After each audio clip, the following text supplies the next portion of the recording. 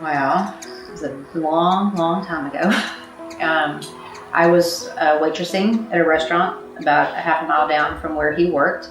And he came in one night, and I told the lady that I was racist, I'm going to marry that man, before I even talked to him or anything. So I ushered him to my section, and you know, you always hear a way to a man's heart is through his belly. So he had like an endless supply of French fries and biscuits, depending on what time of the day he would come in. And one night I just slipped in my number and said I'd get off at midnight, and whether he showed, and he showed up. And he showed up, and then there you go. Okay, so Gerald was not a big picture taker. We'd have to sneak one in every once in a while, but this was him when he was my boyfriend. Before we got married. Handsome, yeah. And that was at a family reunion. No. I didn't think so. No, that was a perm. Yeah. No, that was a perm. Well, that was big. This is natural. And then this is my husband. Yes. That's my husband, Gerald. Doesn't he look like a college professor? No. He loved that. He loved that he had people faked out.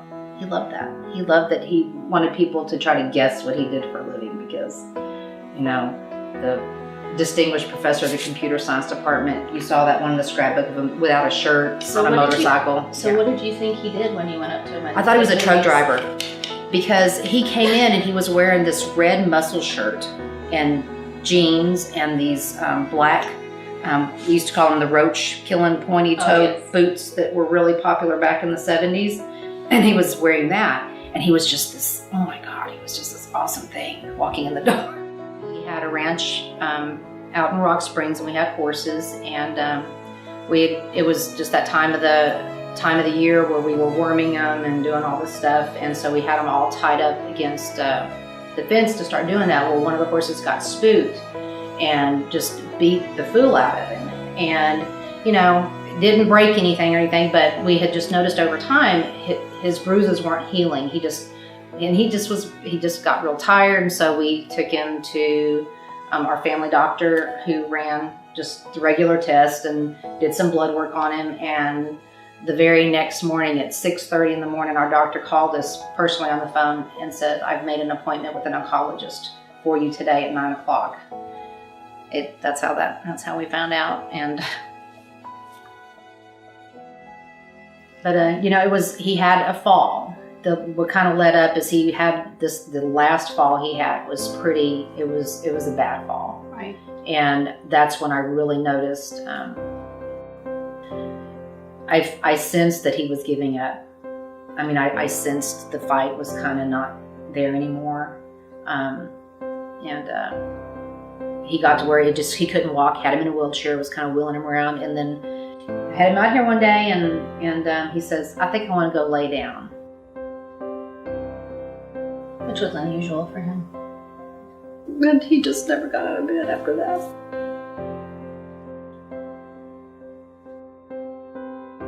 One of our most important things we do is to teach families about disease process, what to expect when patients are declining, prepare them and get them ready for it.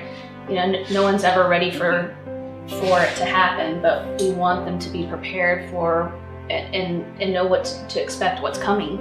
So we do a lot of teaching. You know, that's our job. We have to teach families how to care for the patients. I mean, they don't have experience caring for someone who's bedbound and needs to be turned and changed. And even though he'd lost an incredible amount of weight just from, just muscle atrophy. I mean, he was a big guy. And even after losing 30 or 40 pounds, he was still 175 or 80 pounds, even right there at the end. So moving him and turning, and we had the help. I mean, they would come. Right. They came and they helped me with that.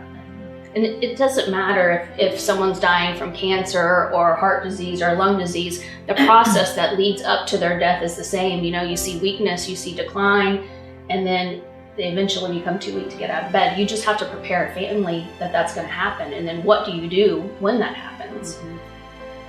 because she probably saw it and sensed it before I did, even though I knew the time was getting closer and I just, things were just changing and they were different. But the one thing that she had said one time was, if they're, because my question was, what do I expect? What's going to happen? And she's like, well, she said, if they're a fighter in life, they're going to be a fighter in death.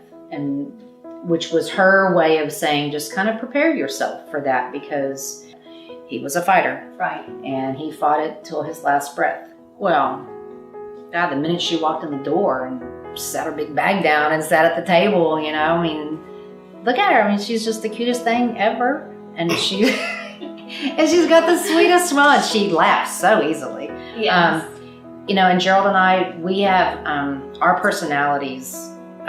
We messed with each other a lot, and she would just fall right in, and she just would just be a part of it as well. And we knew pretty early on that she was pretty awesome, and we were very lucky.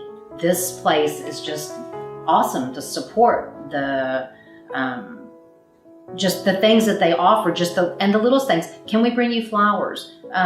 They call just out of the blue and say, we know that Gerald had a bad time. Would you like somebody to come and help you give him a bath? Just knowing that those things are just out there. Right. She was just such a blessing. And everybody that we came in contact with, when it was time to get his medications, if there was a hiccup and they couldn't have them ready in time when she came, right.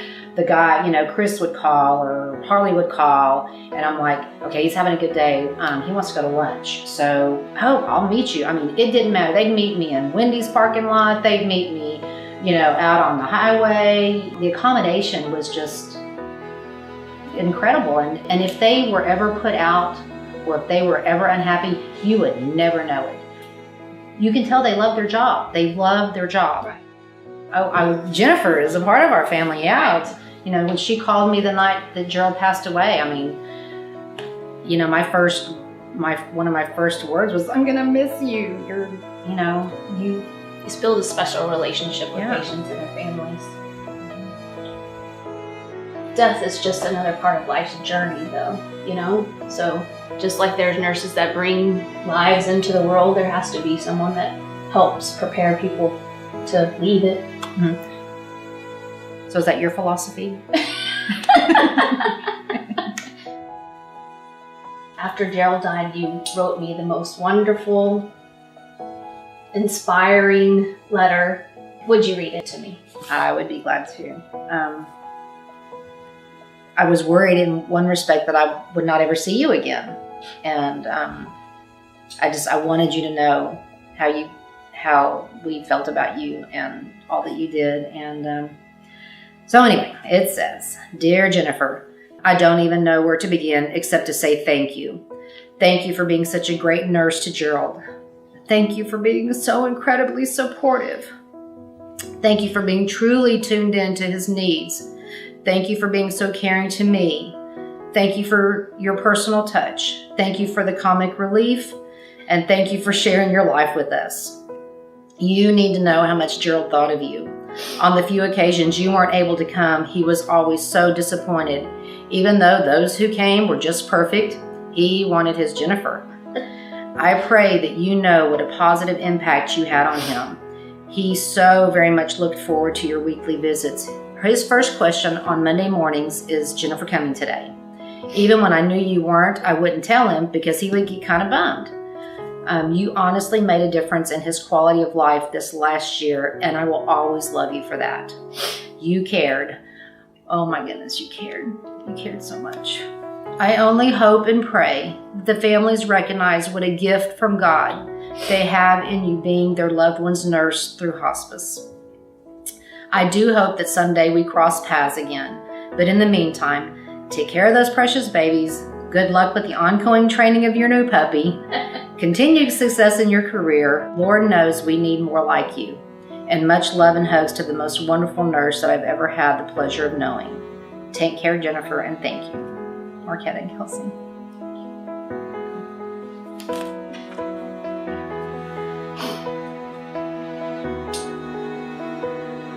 I love you.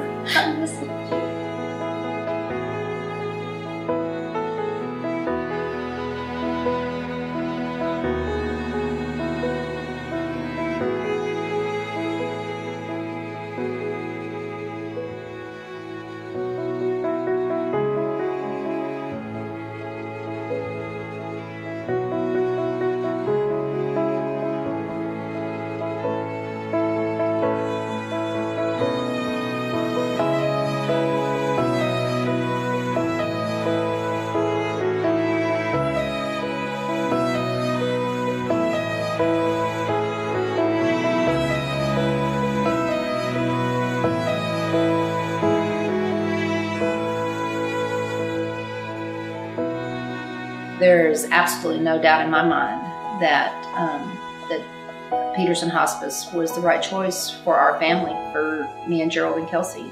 Right. And you and Peterson Hospice just made the experience for us so positive and made this time in our life, as wrenching as it was, as good as it could be. Right. And I love you for that. I love you too.